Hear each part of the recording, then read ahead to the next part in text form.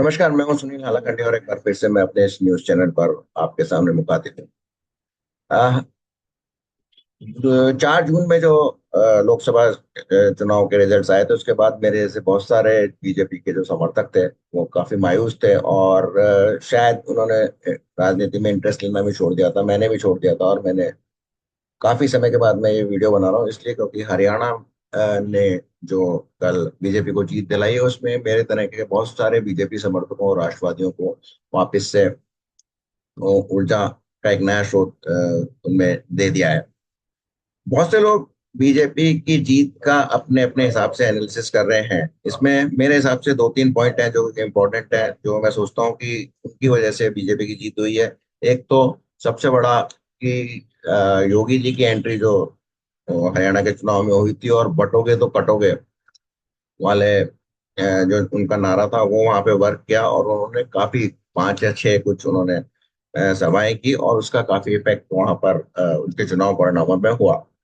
दूसरी बात जो इम्पोर्टेंट थी वो थी कि राष्ट्रीय स्वयंसेवक संघ से जो बीजेपी ने केरला में बात की थी, केरला के किसी शहर में उनका एक आपस में चर्चा हुई थी जिसमें बीजेपी की तरफ से राजनाथ सिंह, नड्डा जी गए थे और अ, राष्ट्रीय स्वयंसेवक संघ के भी वरिष्ठ लोग आए थे और उसके बाद उन्होंने वापस से सक्रिय चुनावी राजनीति में भाग लेना और प्रचार करना शुरू कर दिया था। और बताया जाता है कि करीब 16,000 मीटिंग्स बीजेपी के फेवर में आरएसएस के प्रचारकों ने, आरएसएस के कार्य स्वयंसेवकों ने की। तो ये दूसरा इंपॉर्टेंट फैक्टर था जिसकी वजह से बीजेपी वहां पर कांग्रेस पे बढ़त बनाने में सफल हो गई। तीसरा कारण जो ज्यादातर विश्लेषक नहीं बता पा रहे हैं वो ये है कि जो वहां के मुख्यमंत्री थे नायब सिंह सैनी, जिनको अब तक एक अंडरडॉग बताया जाता था और इतने प्रोमिनेंट नहीं थे, वो तो एक बार हीरो की तरह उभर कर आए इस चुनाव के बाद। उन्होंने एक अपनी तरफ से एक खेल खेला कि जहां जाट डोमिनेंट कॉन्स्टिट्युएंसीज थी उनमें से मेरे ख्याल से काफी करीब 10 10 सीटें बीजेपी ने जीती हैं। तो उसका एक कारण ये था कि उन्होंने एक चीज ऑब्जर्व की कि जाट का जहाँ गांव में अगर पूरे जाट होता है और अगर उस गांव का कोई आज जाट आदमी अगर चुनाव लड़ रहा है तो पूरा का पूरा गांव उस जाट को ही वोट देता है, चाहे वो किसी भी पार्टी का हो। और दूसरा जाट दूसरे गांव का हो तो वो उसको वोट नहीं देता है। तो इस तरह से कई कैंडिडेट्स को साहिब सिंह सैनी ने कई जाटों को अ, खड़ा किया वहां पर कई कंस्टिट्यूएंसीज में और इसका फायदा बीजेपी को मिला कि वो 8 से 10 के करीब जाट डोमिनेटेड कॉन्स्टिट्यूएंसी भी जीत गई।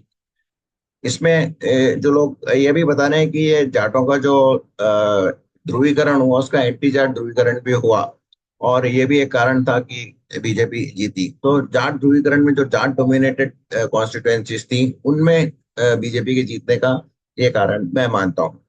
इसके अलावा कांग्रेस में आंतरिक झगड़े थे कुमारी शैलजा के लिए का और हुड्डा का, और हुड्डा एक तरह से डिक्टेटर की तरह काम कर रहे थे और उन्हीं ही के चेहरे पे सबसे बड़ी जो निराशा थी वो दिखाई दी।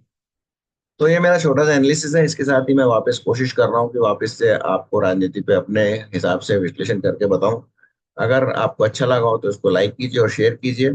और अगर आपने मेरा ये छोटा सा चैनल सब्सक्राइब नहीं किया तो इसे अवश्य सब्सक्राइब कीजिए। बहुत बहुत धन्यवाद।